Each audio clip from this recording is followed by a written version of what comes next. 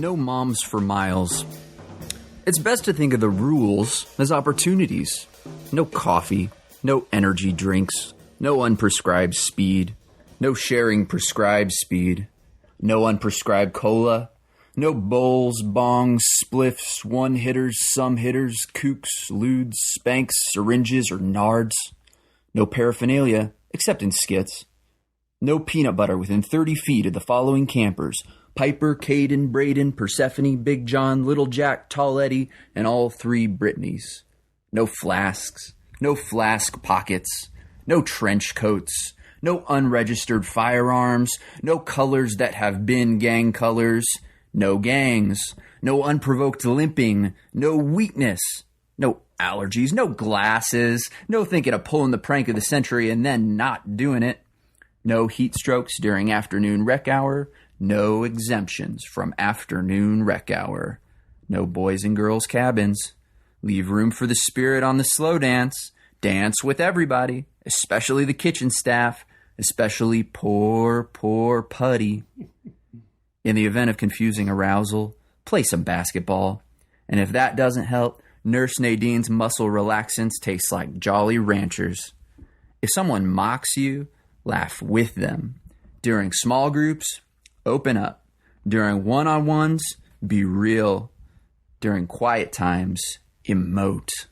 No not singing. No unfun thoughts. No holding back. Half a forest got burnt down for you to live it up. Coming to you from Silver Lake, Los Angeles, California, home of LARB HQ, this is the Los Angeles Review of Books podcast. I'm Colin Marshall, sitting down today with Gabe Durham, who is the author of Fun Camp. You've just heard the very first piece from it as a polyphonic novel, I would say, about summer camp. He's also the publisher, editor, not publisher, right? Of Boss Fight. Editor and publisher of Boss Fight Books, a book series where each book is devoted to one video game. If you listen to Ken Bauman on the show, we talked about his book on Earthbound, which is part of that series. It is a sweltering day in Los Angeles. The perfect time to talk about summer camp, something that I never actually experienced. I assume it's very hot. I mean, there's all these ideas about what summer camp is that kids go to in America.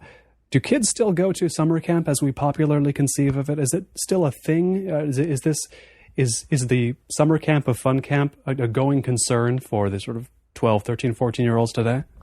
Yeah, I think so. It's still going pretty strong. I think it might have specialized in some ways. And, you know, you probably had back in the 50s a more one-size-fits-all summer camp model for boys, where it was basically kind of this nature survivalist tinge thing. Lots where of knots. Yeah, lots of knots, lots of sometimes sleeping in teepees. There's a piece in the book where I start talking about it a little bit, where they would actually bring in a real Native American to kind of lend their naturist authenticity to the whole affair, and, you know, teach them things like archery and honor.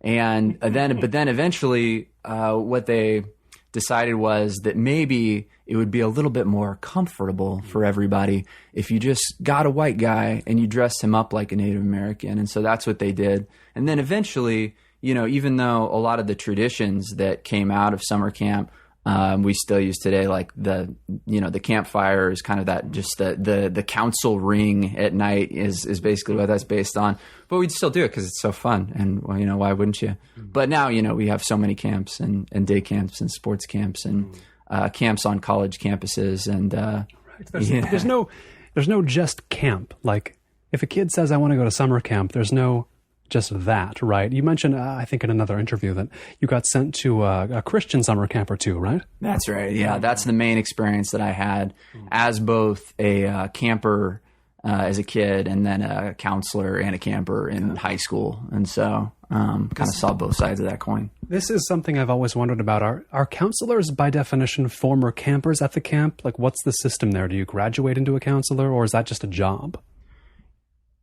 I think it could be either, but from my perspective, it was definitely kind of a graduate into it model where, you know, you were going to these camps as a kid and you thought the counselors were so cool. So by the time you are of age to have the privilege, and at this camp where I was a counselor, I think I even paid a little bit of money to do it. So it was kind of the opposite of a job, but it was, you know, yeah. Reverse job. I know, reverse job. But it still felt like an honor because you got to see yourself as a cool counselor through the campers' eyes and, try to kind of model yourself as an adult authority figure in a way that you don't have a lot of opportunities to do as 16-year-old.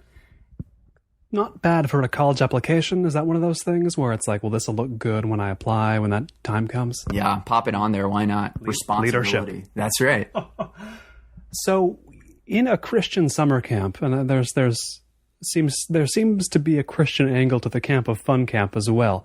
I mean, how heavily has God worked into it in your experience, or how directly? Well, in the book, I sort of tried to hedge my bets in a couple different ways. So on one hand, that was like the experience that I had, right? So I had to use it. So there's a chaplain in there, but it's at Fun Camp. There is also sort of their biggest focus, and their religion, I would say, is trying to mold these campers into being the most fun kids that they possibly can. They fashion themselves as a kind of anti-school where they prioritize wildness and pranks and, food fights and all these kind of things.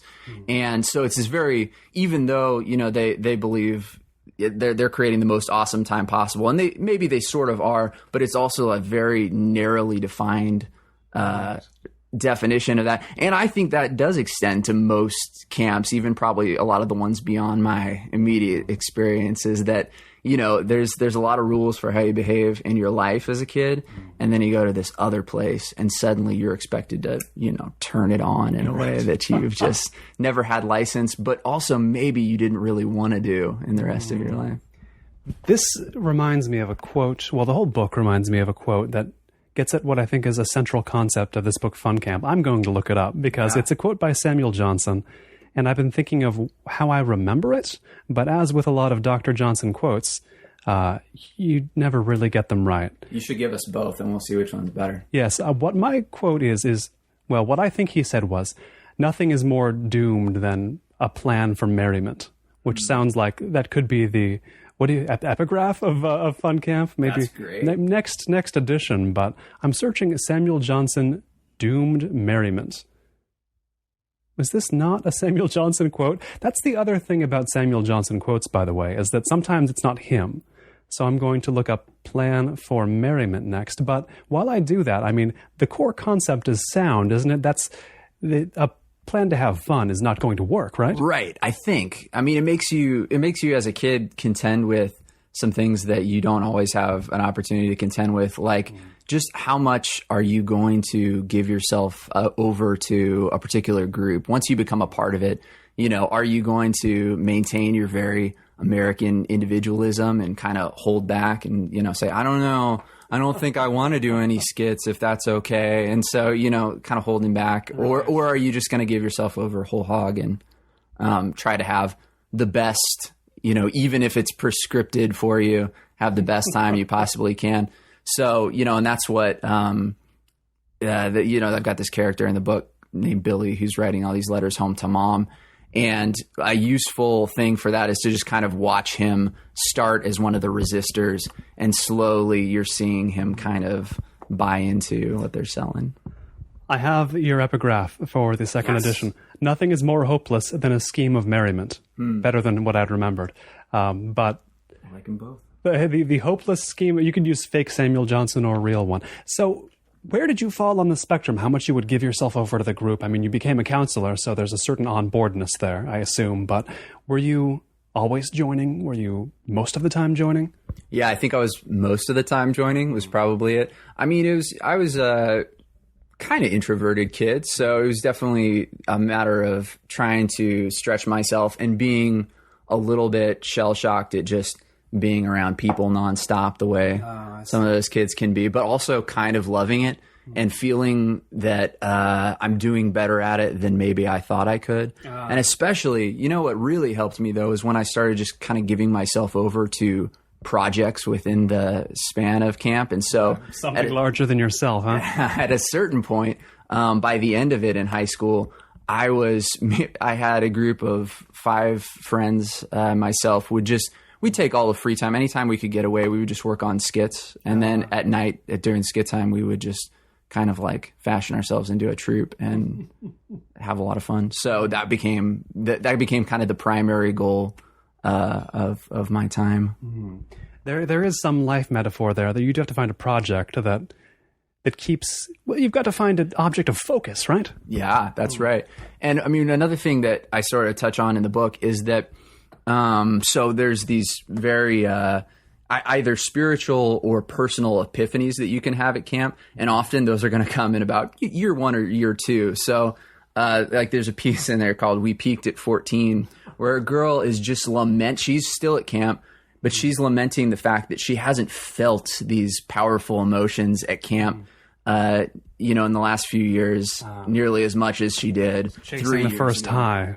She's chasing the first high, but it's just never going to be as sweet. Oh. And so, she's a girl who could really use a project, and instead she's just, kind of trying to find her way back to.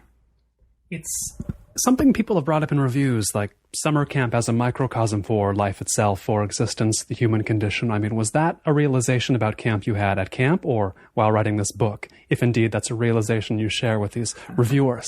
I think I share it with them, but I don't think I had that kind of perspective while I was at camp. It was definitely more exploring the possibilities of writing in the book.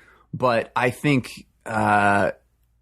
one thing that I had a lot of fun with was taking things that in your life would normally happen very, very slowly or just happen more gradually, and suddenly kind of packing them into a single week at camp. Right. I mean, was your camp a week? It was just a week. Just a week. Yeah. I picture, I think we're about the same age. So you would have seen the show Salute Your Shorts on Nickelodeon occasionally. That was all summer, right? Yeah. It seems like, the camp was all summer, but the show was like every day. I mean, it seemed like summer camp, this was a world in which summer camp was perpetual. A week seems very short by comparison. Yeah, just endless summer wilderness. Yeah. I mean, the campers on that show didn't ever, they were never just arriving, except on the very first episode. It was just, that was a realm where it was always summer camp. And that's kind of, having not gone to summer camp myself, that was kind of how I envisioned it, like this sort of interminable, you really, not a microcosm of life, but actually a lifetime. I mean, just a week at camp, the sort of housekeeping eats up the top and bottom end of it, right? I mean, how much camp do you get? Yeah, and that's why the last day of camp in the book is just Sunday morning, and everybody's leaving, and it's this very mournful ending of the book because I just couldn't stop writing pieces of these kids who were just having such a hard time with letting go, and already kind of seeing themselves needing to rejoin their parents and school, and people who think they know them. They've had these realizations about themselves at camp, and then coming back is very difficult. Was there for you no overlap between your groups at camp and your groups in the rest of life? Like was the Venn diagram completely separate? Like the people you saw at camp every year were the same, and there was no overlap with just your normal. Well, I'm making this sound more complicated than it is, but was camp its own world socially? It mostly was, yeah. I mean, so there were kind of a couple just different spheres that I was moving in those days, which was, so one of them was the kind of camp, the church camp / occasional church weekend retreat scene that I would kind of meet up with other people who I was getting to know in Southern California, and would kind of do that thing with them. And then just school and school friends. And there was church and school, almost church and state. Yeah, separation of church and school. And there was really very little overlap. Did that give a sense of like what happens in summer camp stays there? Yeah. And that's why, trying to create a different, avatar for yourself, or just remake yourself for the week, would be so tempting for people. And I would, occasionally run into people and just have conversations with them and realize that even though I wasn't at camp with them, that their time in camp had been especially important because they'd figured it out, and they'd sort of been like, I was queen at camp. And it was sort of important that they let you know that, because they weren't queen of school. Right. It was a very different space for them. I was queen of something, by God. Everybody's got to be common queen lament. of something. Yeah. There was a time. It's this whole what happens at camp stays at camp phenomenon. I mean, You mentioned going to Christian camps, and we've mentioned the sort of factionalization of camp. And I've heard friends, especially who went to Jewish summer camps, evidently nothing but sex goes on at those. I mean, these are the stories that are told. I take it Christian camp was not quite so much of a hotbed, as it were. It sounds so hot to go to Jewish camp, and I just, Why is that the camp where everybody's getting action?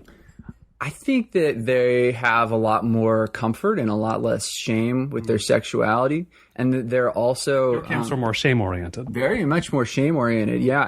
And just to speak for the Jews. I think also they've got a lot of parents and family members and people in their lives who are just really happy to see some good Jewish kids get together and. You know your mom's going to approve of whomever you choose, I guess. That's right. So she might not want you to be making love quite as young, but at least... Yeah, you take what approval you can get. Yeah. The sense of having missed out on something by not having gone to summer camp, should former kids like myself who didn't go to summer camp feel that way? Have we missed out on something? It depends if you've kind of had those outlets where you were away from your parents for an extended period of time and had some. That's what it comes down to, is being away from parents. To me, that's the big thing, and sort of opening yourself up to the influence of people outside of your immediate circle. And what's so crazy is that depending on what the camp is, what your new parents for the week or for the month could be emphasizing is radically different than what your actual parents emphasize, and so.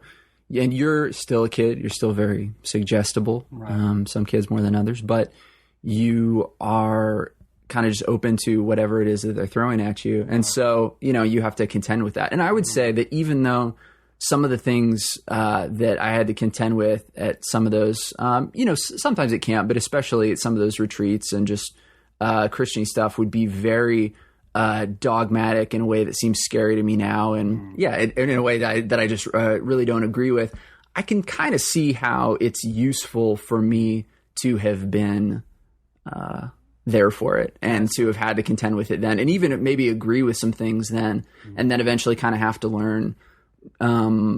Adults aren't in consensus about this. It's shockingly, but you got some inoculation, perhaps we could say, against true dogma. Yeah, that's right. Yeah. I was doing this interview about the book with Matthew Simmons, and he was just kind of asking me about when did I get the sense that adults were full of shit? And I think that's a great question.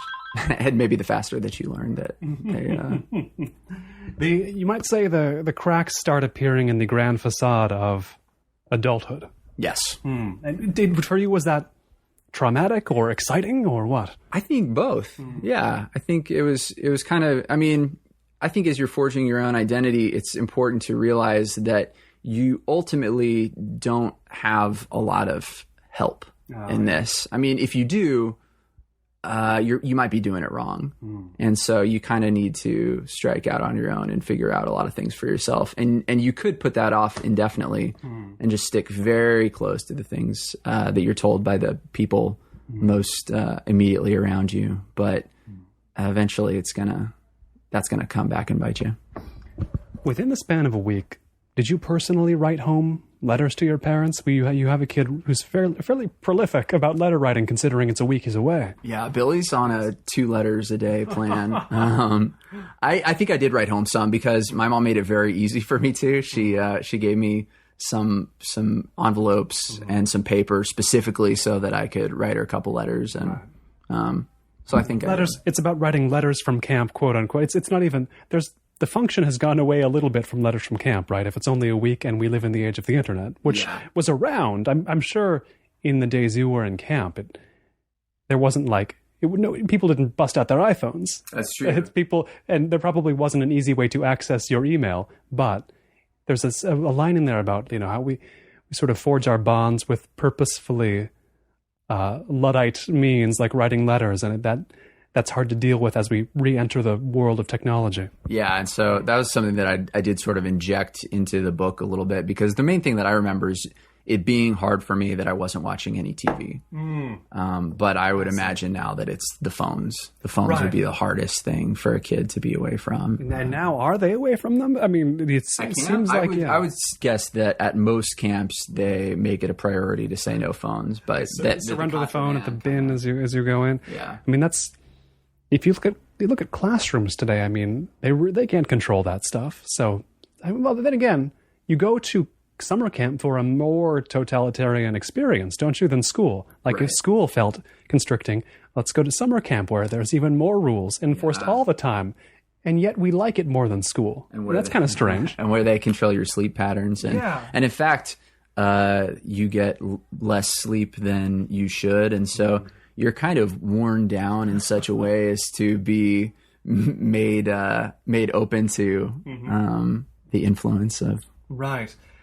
There's this sense of multiple classes operating here in Fun Camp. We have the counselors, whom we've mentioned, and the students, the campers. And as well, there is the permanent staff of whatever venue you're at, which you don't really think about as being separate. As a kid, you think, well, these are grown-ups. That grown-up who's raking the leaves is the same as that grown-up who's leading the youth group sing-along or what have you. There is a piece in there, is there not, specifically about the permanent staff? There is, yeah. What does that one say? Why don't we take a look at it? Sure. Let's hear it for the perma staff. These guys were here for the Jews the week before us. They're here for Fun Camp, and they'll be here next week when we've all gone home to caption camp scrapbooks and the junior achievers show up to swap business cards, practice faking shame over international foibles, and generally treat this ranch like a convention center. So, briefly, Nurse Nadine here will fix you up like a pro while honoring her belief in the healing power of improvisational storytelling. No examples now, please, Nadine. Save it for the wounded with no place to go. Chefs Grog, Putty, and Marimba will be dishing up all your high-protein fun fuel for the week. Be sure and thank them. Food staff have powers you just hope to God you're nice enough to keep them from using. That said, Grog's a talker, so engage at your own risk. Same goes for old Sammy here, on paper a groundskeeper, but in practice a cool drink sipper who perches in the shade dispensing salty wisdom. This guy's sage as hell, and has maybe even been in some wars. Sam's shaking his head. But just know, the perma-staff's got their own thing going. They won't be on message like myself, Dave, Bernadette, and your counselors. So when they speak, be respectful and polite, but be prepared to dismiss whatever they advocate as apocryphal. Likewise, they've asked that we not try to convert them this year, even while smiling, even when they could sorely use our message. We'll soon find out if they mean it. Who are the perma-staff of life, now that I think about this metaphor? You know, there's who are the ones you can take a glance at to see through the veil the others are putting up? Do you know what I mean? Wow. I gotta think about that. If we're going through the whole life and microcosm, someone's got to be the perma-staff. I think there's something to that. I just don't have the answer. Is it that your is it that your employer is the counselor and then the perma staff is the government? It's possible. I mean, the U.S. does seem to be run more by the bureaucracy than the politicians. So I do credit that. But who maintains that sense of permanence, do you think? Yeah. I mean, if we're talking specifically about the government, we could really say politicians are the counselors. They're the ones trying to gin up enthusiasm, right? And, you know, the bureaucrats who are there no matter what, party in, party out, administration in, administration out. But that's just political. I mean, I don't know if we can widen this anymore. Maybe the DMV is the perma staff? Just take a look at the faces of a DMV employee, and there you will see beyond all the not lies necessarily. You know, they're not lies the counselors are telling in this book. It's right. What do you think the counselors are doing to reality?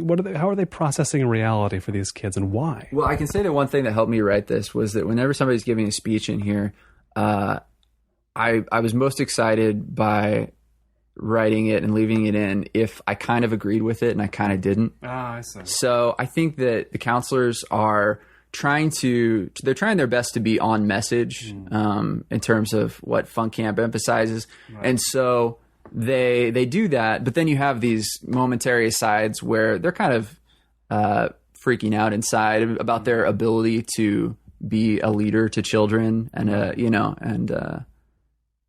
being put in this position of authority, but not necessarily always being able to own it. Being on message requires that you always know what the message is, and Fun Camp's message seems a bit broad, doesn't it? Always have fun. I mean, play a lot of pranks.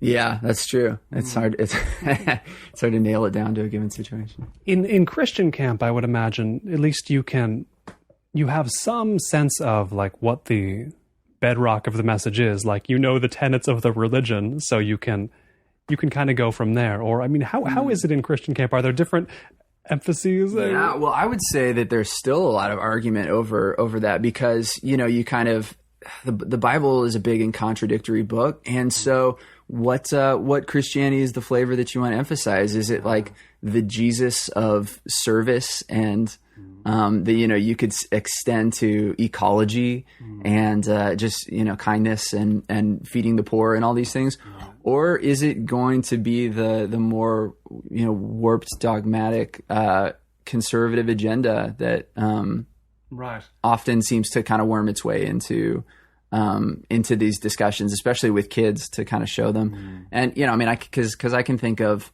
times when I was around both, and at the same camp. Sometimes at the same camp, usually in different places, but sometimes at the same camp, where you kind of have your head meetings that are about this, and then you break out into your groups, and the leader of the group is saying, "Well, I don't totally agree with that, by the way." It's actually still up for conversation. Okay. So even within the nature of being on message is a lot less simple than it seems at first. Then even as the kid, as the camper, you're getting the head meeting, as you say, you're getting the individual counselors telling you another thing. And I would imagine that not just that, but as I mentioned, it's a polyphonic novel. You're working with many voices, as the word would imply. And reading the book, it seems to me there's no other way to really capture the summer camp experience, which I, again, never had, but a single narrative doesn't tell you a lot about what summer camp is, or wouldn't, would it? Right. And I think that, there's a way that I could have written this where I really, write all these people individually, write all these people in their speeches individually, and then try to tie them together with a little bit of narrative. But for one thing, I think that would have been the most half-assed part of the book. And it also, even if I just presented these monologues as where you always know the name of the person who's talking and got a little bit of stage direction and where they are and kind of placed them in that way. In some ways, it would be easier to read, especially the first time, because you just have an immediate sense of orientation. But I think that the flip side of that is that you also would get the sense that those things are important, who's speaking and where they are. Right. And a lot of the time, when I'm not providing that information, it's because I'm way more interested in honoring a particular kind of camp moment or experience than I am in exploring a character that you need to track, because she's appearing again on page 47. And I think you're going to be interested in how she develops. There are some people who develop in here, but they're the people who get named and reappear again and again.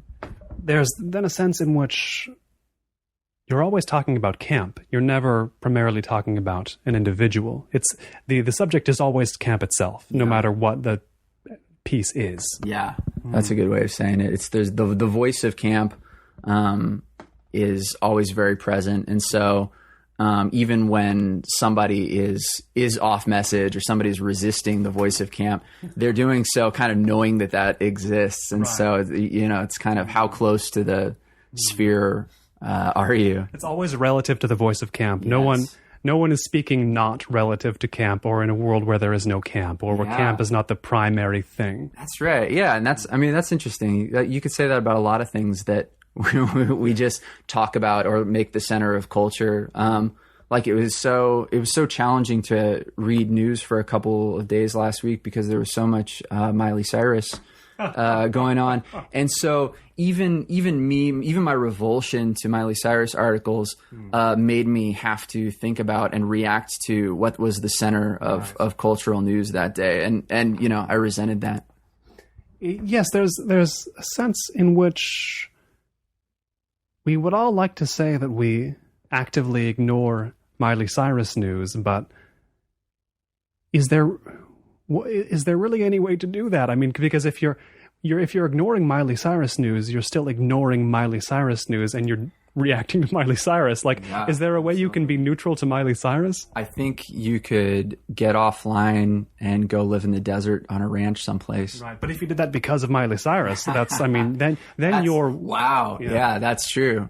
Or maybe you did it because of, like, you know, Monica Lewinsky, and you're still on the ranch. But no matter what that inciting incident is, right, it's something that really distressed you. As I've read, you're working also on a nonfiction manuscript, which requires you to go deep into the news of, what day is it? September 22nd, 2011? Yeah. So what was Miley Cyrus in the news that day?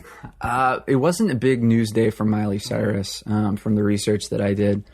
There was a lot of what was happening in the news on that day was the fallout of the Troy Davis execution, because he died.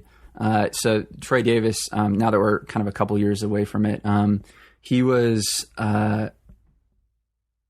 accused of murdering a police officer in, I believe, 1989, and he's been on death row for a long, long time. But there's many reasons to doubt his conviction, and there's a very strong case for a particular other guy who was there last night, actually being the killer. And a lot of that evidence didn't come up until after the trial, and he was never retried. And so there's a lot of there's a lot of think pieces about that, and that wound up taking up a lot of my headspace too. And I was working on the book, especially since I wound up writing a lot about what can be known. And I'm not, I wasn't trying to make the case that he didn't do it, because I wasn't there and I don't know. Right. But it seems to me that as we move farther and farther into big data and technology, and our own abilities to research things increases, this gives us a lot of hubris. It gives us a lot of sense that we do know more. Or maybe we've always had that, but that's the age that you and I are living in. So I could just look up that Samuel Johnson quote just now. I mean, that was very handy. So on one hand, you looked it up, and that was the Samuel Johnson quote. And so, we really could know that, and that's pretty cool. But then again, I just Google searched and said what was bolded on the first hit. Like there wasn't a lot of verification there. That's true. There's some suspect Ben Franklin quotes out there too that... Yes. I mean, you can punch in any quote you're searching. You can probably find confirmation of any quote you want, even if it's a real quote or not. Like we have this information, but I wasn't doing a lot to really check my work, right? Yeah, if you'd really been motivated on that Samuel Johnson quote, you could have created a website quoting Samuel Johnson and then cited it. I could have fabricated a quote myself, now that I think of it. If you seed things correctly in the right places, if I can just get what I want onto Wikipedia and a couple of other high page-ranked sources. Now, before I sidetrack, so you were saying about information and the accessibility, our hubris. Yeah, we have so much access to information, and that can inform us in so many ways. And I love it. I'm addicted to information and looking things up and just finding things out and kind of having that wash over me. But I don't think that it's necessarily made me wiser. And I do think that sometimes that is the implication. And so we assume that we can know things. And we also, some of it also that I think goes back to the just world fallacy, which is just that a guy like Troy Davis wouldn't be convicted and then killed by the state of Georgia if he didn't do it. Right. Because the other line of thinking, probably did something. He probably did something. He was. He was definitely nearby. That is. I just mean when people say that guy probably did something bad in life. Wow. So you've heard that line of reasoning. It's a very karmic line of reasoning, right? So you're just sort of assuming that these things work themselves out. But we have so many case studies where we know that's not true. And so anyway, so I get to explore that in the book as I watch myself moving through the world on a pretty normal day, and then also wind up flinging over to world events that are going on. Have a lot of fun with kind of the smallness of myself, and yet this pretty rich life that I lead, and that's full of a lot of happiness. And then just terror everywhere, and ecological collapse, and what is it to live in a nation on the decline? And haven't people been thinking that for quite a bit of human history, that things are going to hell? Like or do you see a difference now? I think it's more quantifiable now. I think that there's just some things that we know about global warming, and about our access to fresh water, and about oil, and some of these things that we just can't really get away from, overpopulation. And so in some ways, people have always been right that we've been going to hell because we've been heading this way, and we've been populating. And it wasn't bad at the time. And, it wasn't getting to the bad levels, but that is the road that led us to where we are now. And so, we're implicated, our ancestors are implicated. How do we control for the knowledge hubris about our dire predictions? Because those will necessarily have some hubris in them as well. Like, maybe it's worse than we think. Maybe it's better. Maybe it's neither worse nor better, but completely different. I mean, we have more knowledge now, but do we have also more hubris now about that? I think that we could. I think when we talk about individual people have such a different perspective on these things, and have such a different approach to what optimism is and what is the way forward, whether it's just, kind of shrug your shoulders and don't think about it, because it is really painful to think about. And I try not to too much. I think I kind of err on the side of thinking about some of those things more than is even necessarily useful for my life, but maintaining some hope that there are solutions that we haven't arrived at yet is a fair part of the equation.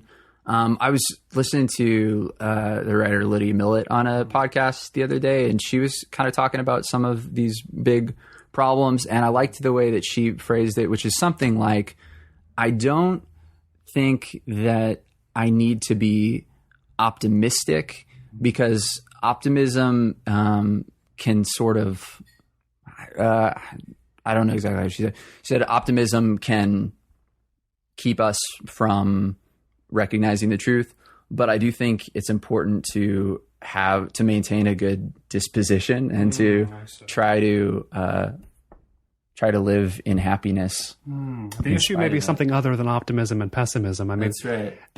I was thinking about this morning. There's that thing people just say, especially if they consider themselves pessimists, that pessimism is the condition of viewing things realistically. I was thinking, well, optimists must also think they're, like, both optimists and pessimists by definition think they're realists, right? Like, there's no such thing as somebody who really thinks themselves pessimistic or optimistic, right? I've heard some studies where people have been found to be more accurate about themselves and their abilities when they're depressed. And that's kind of a bummer. But I do think it's not unfair to proceed in optimism about yourself, and to recognize that you are going to be buoyed by your optimism, and you're going to achieve more if you can just kind of maintain a maybe partially false, but also just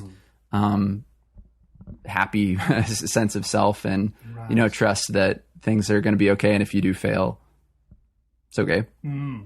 Was the day, September 22nd, 2011, chosen sort of Bloomsday style, like that it would be ordinary, or was there a reason to focus on that day for you? It was chosen that it would be ordinary. I mean, I wanted to pick a day that was in the middle of the week, and I thought it would be interesting to pick one where I was out teaching a bunch of classes. And I see. So at the time, that was Tuesday and Thursday, and that just kind of seemed like that might be more generative for me. But it also needed to be, because when I conceived of the idea and when I was ready to do it, it was right around the 10th anniversary of September 11th. Oh, yes. And I thought, well, okay, I guess I'll need to wait a couple weeks just to maintain a little bit of distance from what could easily accidentally consume a book that I'm trying to allow some sense of the ordinary. That's true. Yet, That's true. Or you could do the whole man on wire thing and just never mention the destruction of the towers. Because I don't know what September 11th, 2011 was like. Yeah. I mean, I don't know what that stand. It does let it stand. I mean, no one ever brings it up in that movie, but I mean, I don't know what the 10th anniversary of 9/11 was like for you, but other than seeing some trending Twitter topics, I mean, I could write an account of my own day without really bringing it up. That's probably true. But the news has so many think pieces and that kind of thing. True. And so, I mean, I think in a way I was sort of beholden to what the news cycle was telling me was important. And, that could have been an interesting book too. But the fact is some of that still snuck in, a week and a half later. And so it was probably a little more balanced to not have it.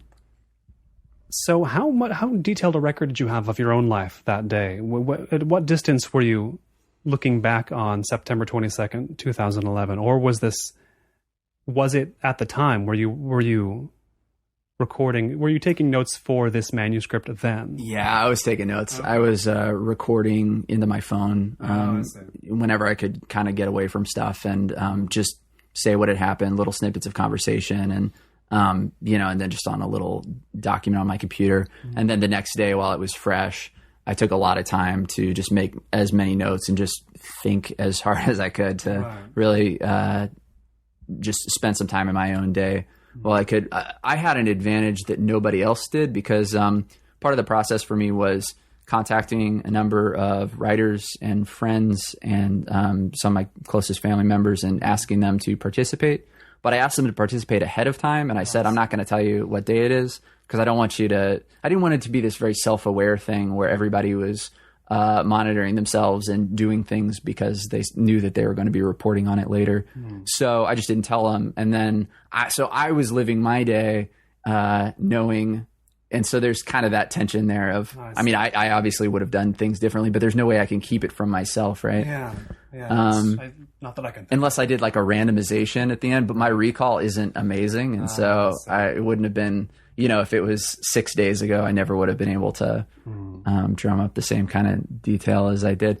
So, but at midnight, at the very end of the day, I sent out a blitz email to everyone who'd agreed to do it.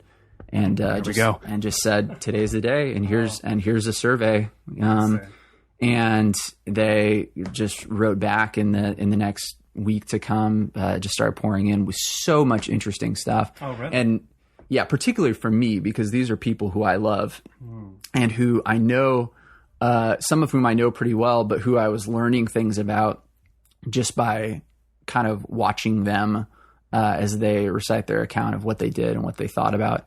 And so they surprised me a lot. So in a way, there was this immediately gratifying time, like a bender in that kind of long weekend ahead that I was just reading up and enjoying that. And in early stages of writing the book, I think I included a little too much of that stuff because it was interesting to me. But, I don't think for you, Colin, reading about some of my friends who I went to grad school with would have been quite as... Too many degrees of separation. That's right. That's right. So reading this stuff, writing about your own day, looking at the news, how quickly did the theme emerge of the disconnect, whatever you want to call it, between lives on the ground that might be pretty happy and the dire narrative of humanity and the earth and whatnot?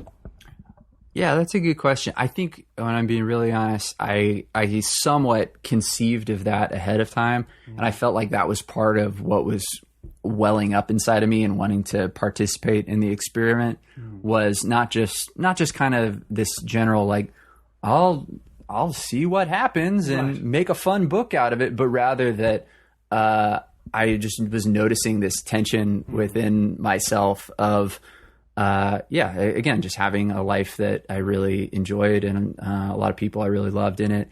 And yet being surrounded by so much pain and so much to be pessimistic about for the future. And so, I had some of those ideas going into it. And I knew that I kind of wanted to get global at some times and talk about how long our sun would be alive and just kind of throw in some of these things that it didn't need to be September 22nd for me to give you a few statistics about the sun. Sure. But you can always use a few stats about the sun. That's right. Well, the sun's pretty interesting. Yeah. I can link to the They Might Be Giants song on the subject of the sun. The sun is a massive incandescent gas. Yes, a gigantic nuclear furnace. For most people, it seems like this tension that you mentioned between grand events and one's own life, it just manifests itself as them saying to themselves, gee, should I be worrying more? Should I be reading the news and worrying more? Screw it. That's kind of, I mean, right. Did anybody do anything different than that in these narratives you collected? Like, was anybody like, oh, I thought about global warming and then I went and cooled down the world? So I don't know. Like, what do you do? No, people were concerned with things in the news. And I mean, I think particularly there were a handful of people who'd been following Troy Davis pretty closely and were experiencing some real pain from following the story and being probably being against the death penalty in general, and then also being against how that particular campaign was handled. And so, so you see people. I mean, and I think that rings true. But there's a lot of that myopic perspective of just kind of me going through my world and doing my thing. And honestly, I think that is a happier way to live most of the time. And in my day to day, I'm not always tough enough to spend as much time with the news as sometimes I might like to be. Right. And so I did it with this book, and I really got to know the things that were happening around this time. And I spent time with them that I just wouldn't have had to do otherwise because the world keeps moving on. But I didn't necessarily keep moving with it in every instance, and I don't spend as much time kind of learning. You didn't go on to the 23rd and for some of these issues. Oh, well, I did go on to the 23rd, because you really do have to, it's kind of, yeah, exactly. At least that week. It's a little like how we are now going to summer camps that pertain directly to us. We're not just going to Christian summer camps, but particular Christian summer camps that reflect, maybe we're going to Christian programming summer camps. There's that specialization you see in summer camps, which you also see in news people absorb or their own experiences. Yeah. We don't have to do a lot that doesn't pertain directly to us anymore, right? Yeah, that's pretty interesting. The way that camps like TV or many of these other things are moving away from monoculture. And so, whereas, many years ago, you and I might have gone to different camps and then had extremely similar experiences to talk about afterwards. Yes. In 2013, that's just would not be the case. Right. I mean, you say the word monoculture, and that's something I know almost always as something someone bemoans, like, oh, this monoculture, monoculture. But now you put it in this context. I haven't heard somebody say, oh, there's no monoculture anymore. How can we solve our problems? But they are saying that. They just don't use the word monoculture. Like, there's no monoculture to force us to confront our issues as humanity. That's fascinating. So, because what you're referring to is like the fact that, you can get McDonald's wherever you go. People are usually talking about McDonald's. Yeah, so McDonald's is our monoculture, but the Ed Sullivan Show is not our monoculture. Exactly. And I haven't been to a McDonald's in maybe 15 years. Not by choice. I'm not, anti-McDonald's, but it's just like, this is Los Angeles. There's lots of places to eat, right? Yeah, that's true. Although, and I can go to one that pertains directly to me. I've been more recently than you have, though. Oh, okay. Yeah. How's it now? Fries are still good. Yeah. That McCafe concept has taken off. Is that the healthier stuff? I don't know. I've seen it. I've heard there was a rebranding coming, but it's. I take it. Even McDonald's itself is not as monocultural as once it was. I would imagine. Wow, that's true. Yeah, I don't get down with that stuff. Comedian Nick Kroll has a good bit about how like McDonald's their branding makes him sad now because that he sees them striving to be something that they're just not. Yes. Where they say, "So, do you want a wrap?" And he goes, "No, McDonald's. That's not what I go to you for." Yes, exactly. You're my midnight booty call. You're not. They're specialized in that way, and they ignore that at their peril. That's right. One of the reasons I didn't go to summer camp, and I would say was kind of afraid to go, didn't want to as a kid, was that I didn't want to be separated, not from television, but from video games, which for guys our age in America, you know, it was important that we not be separated too long from our video games. I was actually afraid. I had this persistent fear for years as a kid that, like, if I left the house for a while, the house would burn down and my Genesis would go with it. Like, and I was like, that's not replaceable. You need to stay at home to guard your Genesis. Yes, or my Game Boy I could take with me. So even if I wasn't going to play it, I often had it with me just because if the house burns down, I will have a Game Boy. Wow. But the Genesis, I mean, I'm not going to carry that, you know. But usually. I did get the Genesis Nomad later though, which took actual Genesis cartridges, that handheld. Yeah, not many people had that. No. You were pretty hardcore. I had to search for it, but a little big is the problem. Very bulky handheld. Yeah. But you are publishing a series of books on video games. I mean, is this one of those things that generationally we can't ignore the importance of video games, especially individual ones, in our sort of own narratives? Yeah, I think that's well said. And I've tried to at times, honestly, because I really perceive video games' role in my life often as this addiction that is just so fun. But when I get going, I really can have a hard time stopping. And so when I'm trying to be an ambitious person and, you know, write books and that kind of thing, it really, when I go on a bender, it really steals some time away. And so, you know, there have been patches of adulthood where I just, you know, I kind of, you know, I'd say no more.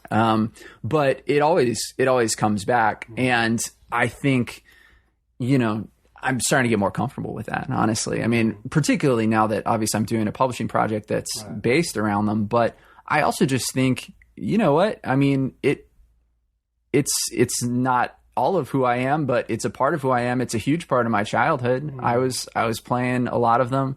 It must have, you know, wormed into how I see the world, and, you know, and it's not something to just turn and run away from. And the fact is, I mean, it was a really fun time. Yeah, it's something that we look at the importance of it, like you've said, but we haven't really figured out how to write about it or talk about it. You know, it's just this thing that was at the core of many of our lives, but it just was something we did, and we can't contextualize it. It seems like maybe this isn't something worth writing about or unreal in some way. The cultural conversation about video games has been really stunted for a long time because I think within the game community, most of the time, I mean, particularly pre-internet, you know, I was a big Nintendo Power kid and that kind of thing. And, but those were commercials, you know, Nintendo Power was put out by Nintendo and they did a fabulous job of making their new games look unbelievable. And so that was what games writing was commercials, and you know, they're with a little bit of consumer awareness thrown in there. So if one really sucked, they would let you know about it. If it was mediocre, they would say, "Oh, pretty good." But you had your EGMs and to a lesser extent your Game Pros. And whatnot, it definitely got once you got more options, I think that sort of helped the market. But still, it was very even when they were being honest, it was very consumer driven. And then on the flip side of it, the conversation was dominated by people who just wanted to ask, you know, are these games making us violent? And that discussion persists largely actually because of the NRA. It turns out that the reason that we talk about video games, I think, is mostly because the NRA needs Patsy to put on this. Yeah. And so every time... they were very happy when Mortal Kombat hit home consoles. Yeah, so every time something like Blood Code, we have a national tragedy like Sandy Hook or some of these, they're the ones bringing it up and saying, look, you know, you can talk all you want about guns, but we know that the real problem is with culture. I mean, just look at these games that kids are playing, you know, and just cut to, you know, whatever the really bloody game of the month is, when, you know, it's the guns. It's definitely the guns. You know, it might. You can do more with a gun than with your Mortal Kombat cartridge or whatever you have. That's right. So, but you can't actually punch somebody's spine out like that, like they do in Mortal Kombat. You know. Well, you can. That's true. I can't do it. There's so much to talk about, and there's a lot of people who have been writing really exciting things, but mostly on the internet. There's, you know, this kind of wave of what they were calling new games journalism, which is largely autobiographical games writing and kind of just contending with a lot of the time just that part of your childhood that you gave over to games. And, what did you get from it? What did it help you with? What were you running from? Or, what weren't you running from? And what did it, how did it help enrich the rest of your life? And so you have a lot of people writing online about these things. And then, just so many interesting things to talk about with mechanics. I think with games, games like movies just have so many facets to them, because you can talk about gameplay, you can talk about music, you can talk about story, you can talk about the graphics and the characters and so many things. And then also on top of that, it's playable. And so you can talk about ludonarrative and what happens, how can you resist or need to go along with the story as it's being presented to you. Particularly with some of these sandbox games, and some of these stories that they tell or let you contribute to. And so, in a way, I think it's easier to write a book about a video game probably than it would be to write a book for the 33 1/3 series, which was, really inspirational for us, because I think those books are really cool. And some of them, particularly the Celine Dion book and the Pavement Wowie Zowie book, are both just phenomenal works of nonfiction. And so, and yet there's only so much you could do in a book about music, because it's just music. Music is just music. It's just one thing. Right. I was going to say something about how video games have already surpassed me, like that. I talk about how echoing things I remember adults saying when I was a kid, like, oh, I don't understand these games anymore. It's too many buttons. I can't play them. But then I realized, well, that's some games. That's like maybe the latest iteration of the Xbox and the latest Call of Duty. Like, I would have a hard time playing because there are too many buttons and too many things going on. Yeah. I could learn it. But at the same time, I mean, it's like the summer camp thing. Yeah. There are new games for, and I'll just tap my iPhone here, new games for the iPhone that play exactly like the ones we grew up with, but they're sort of, newified somehow. Like, there is now every type of game being made. Do you think that's true? Yeah, I do think that's true. And that's the monoculture conversation once again, is that when we talk about gamers, usually for whatever reason, gamers are the people playing the AAA games that are, first person shooters and that kind of thing. And so that is often the first thing that you think of. But in fact, most everybody is a gamer in some sense. Right. And so Angry Birds alone, I think that turns 5 billion people into gamers. That's right. And you should. I mean, you should count it. People have opinions about Angry Birds, but it's it's a kind of fun little game. And there's so many venues to play on now, and there's a lot of conversation about what are the real games and what are the unimportant games. Are the real games the games that have a staff of 300 people working on it to make it as immense and as cool looking as possible?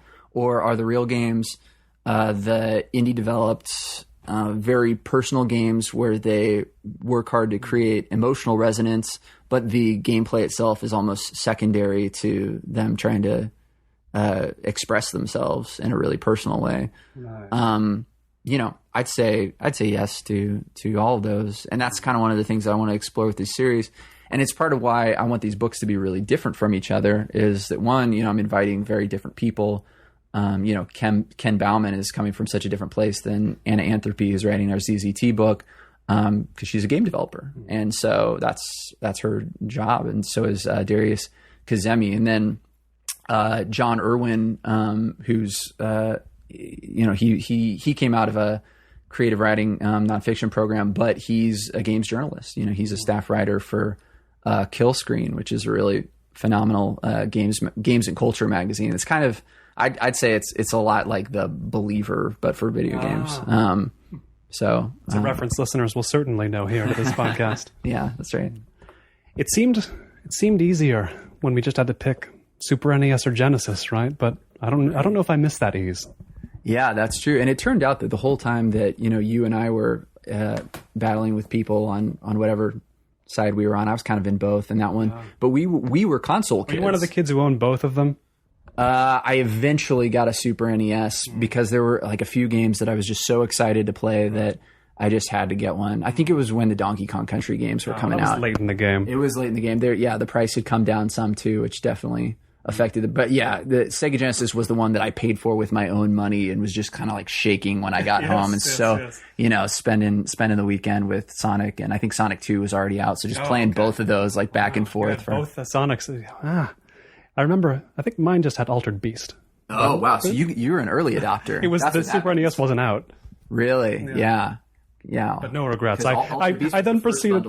I proceeded to, and this says something about humanity right here. Even though the Super NES wasn't available, I proceeded to be super partisan about it for the next 5 years, as if I'd chosen with my free will, not the Super NES, even though the Genesis was the only one. It's such a great parable about consumers and branding, because they're so. Did you use the words blast processing when you were defending? I heard no. I didn't stoop to that level, because in some sense you knew the Super NES was newer and it was going to be more advanced. But the Genesis, it's it always had the aura of being a bit cooler. Yeah. So you could trade on that. Yeah. None of the Super Nintendo games were as fast as Sonic was. So you could kind of go with that. The screen goes really fast, guys. But they had a better color palette. So. It's true. I mean, in life, you're choosing between the screen going fast and you're choosing between a color. I don't know. Yeah.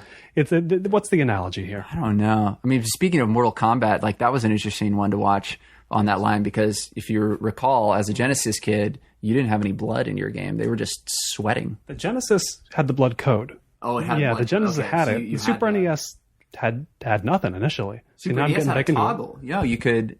You just turn on the blood. Did that happen? I feel like that's how I remember it. You're making me second guess. I feel like it could have been more censored, but now we're in an era without all that. Yeah, but Nintendo of America was very much their position was that Nintendo's for children, and these games need to be nice.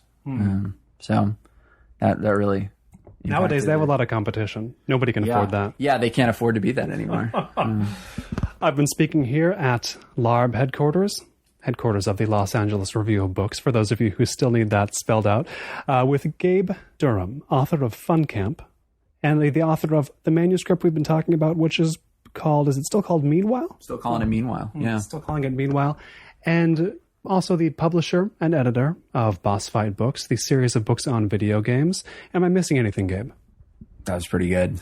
Thanks so much for your time. Thanks, Colin. Great to be here. This has been the Los Angeles Review of Books podcast. I've been Colin Marshall. If you'd like to find more from me, colinmarshall.org. You can find more from the LARB at lareviewofbooks.org. Thanks.